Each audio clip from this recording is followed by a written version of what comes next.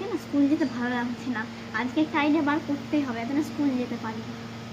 কিন্তু কি করি আইডিয়া বলবো। আজকে পায়ে প্রচুর ব্যথা, কালকে না বিকেলবেলায় খেলতে যেয়ে পড়ে গেছিলাম, সেই বলে আর আজকে স্কুল যাবো না। দেখি ভালো করে বেঁধে নি বাবা, নয়তো খুলে গেলে আবার ফেসে যাবো আমি, আবার স্কুল যেতে হবে। আজ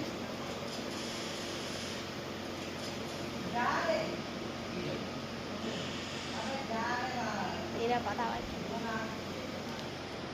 মা, ও মা, কি হয়েছে?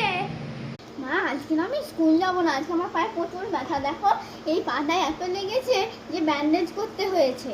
কোন পায়ে ব্যথা রে? কেন এই পায়ে ব্যথা তো তুমি দেখতেই পাচ্ছ।